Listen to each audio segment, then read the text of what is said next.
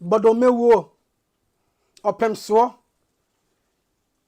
suman kese nyame kese de oti okrore krawe ne bangoma so Asantehene akodru ogwe o Cape Coast a fa baby ne yesha ne monyam na wasa join osaberima na o ma shefa kese ewo Cape Coast abontenso na de na ekoso ewo University of Cape Coast UCC yeni nkomo kakra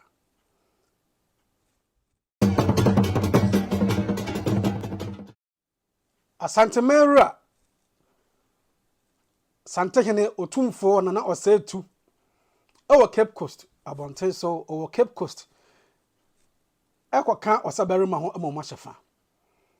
but then no na wasa oko University of Cape Coast UCC na okoje another honorary doctorate degree sa doctorate degree we can de waje ho a na say got almost 10 doctorate degrees if I'm right, and you can check the records before say nana Fetu ebe kasa ewo jumedi na se no na omadi kan apron was say okuta almost 8 to 9 honorary doctorate degrees but omewo a odapim mu opemso Asantehene nyame kese suman kese wa show leadership wa show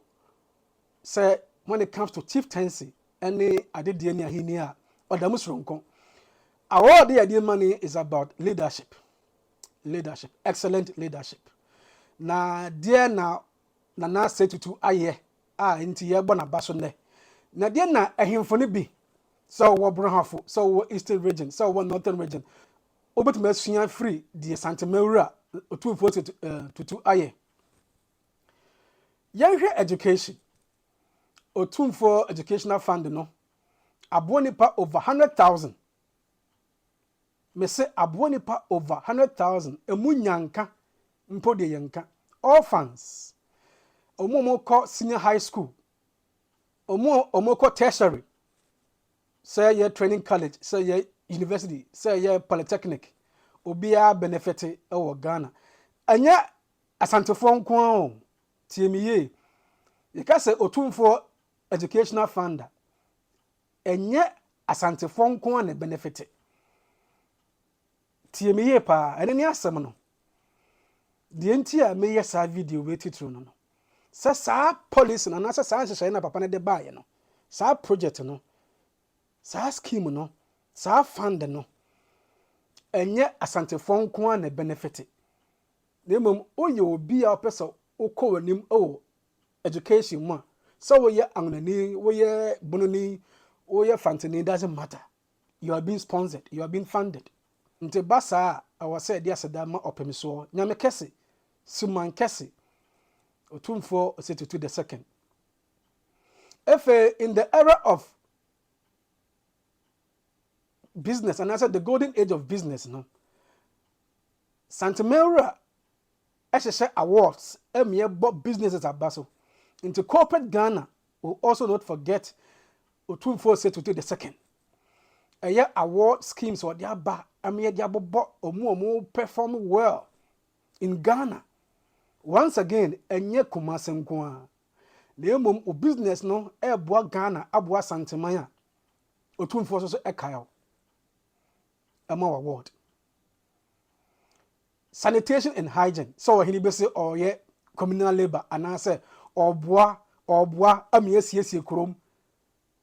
why be Kumasi our policy say you maintaining good sanitation and hygiene Kumasi abontenso our Ashanti region yes opemso no Fetu bodomewo nyame kese suman kese de wati krowe ne krawe ne bangoma so o nhyehyɛ bebere ba ye de bo Kumasi man Asantehene ene Ghana man nti sa ohene bi etiemi a ka hye de say ade a ede stereotyping beba ede basa ye beba Ghana ye ne yehwehwe mpuntuo yehwehwe de oboboa aban bi a owo so eye government na omode nhyehyɛ papa ene mpuntuo abra Ghana for ene na Ghana for yo anya we say me free ha me no akopen me no hini bi ko maternity da no eno no ye de yeden youth of today ye de yeden ade na mo ya aboa yen na enchirima so be de aba benefit e ho asem ne ye ka we eya mpanyina tenase na wotie mi na Asantehene otumfuo Fetu ewo Cape Coast memo a oje honorary doctorate degree ho nkomo na ye di uyi ene lectures ya o deliver no University of Cape Coast free ho we deliver similar lectures and keynote addresses over many platforms so in many countries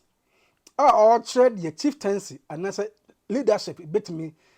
ediaba ama enipa enya esomfa so leadership papa edemfa so pa ebrete memufo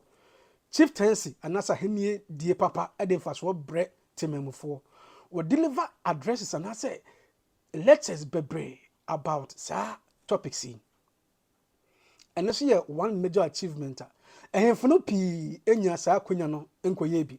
tine ye ka se obinya sa bia nko obeye enso wonya ndina akoye ayampia ene ntokwa nyane ne yehwehwe nye ntokwa ne yehwehwe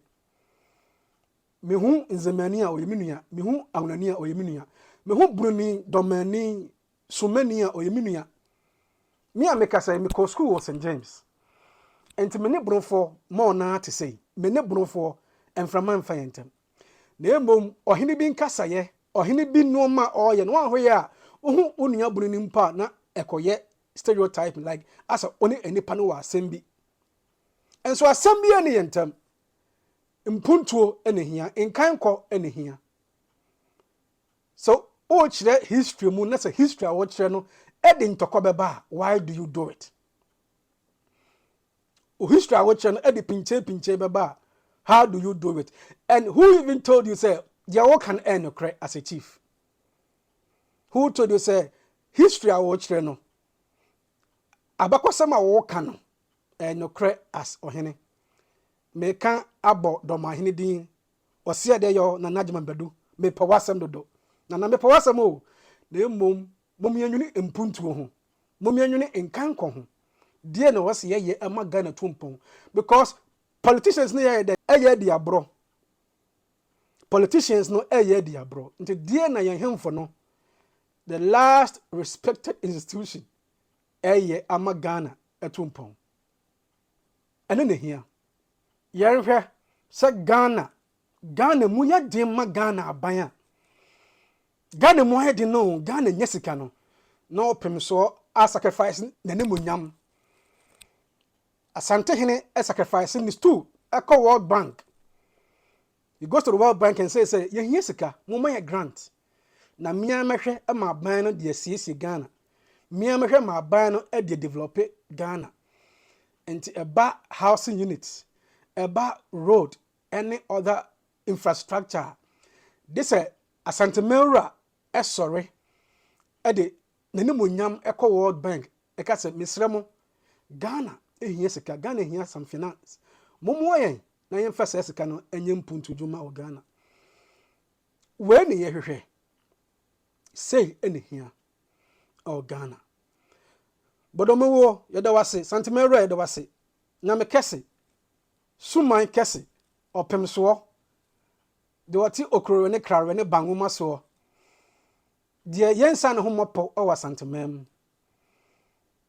enokre sa waboa Ghana enokre sa waboa Asantehene enchirima be kawo enchirima be koso abodin ohene bia beye bi na de wo waye ne de eye dutwam Asantehene da wase Cape Coast man so be kawo o meda wase impanyina tena se dwumadi no me de besia na emom mamin tie de wo so wo kan efa dwumadi ho e Cape Coast mamin tie de wo kafa Asantehene otumfuo o Fetu a otoso mienu na heni a obedi ye anase odi ama Asantehene ene Ghana eye wo fe bibi tosini ede na wo se Asantehene eye impanyina tena se me do besia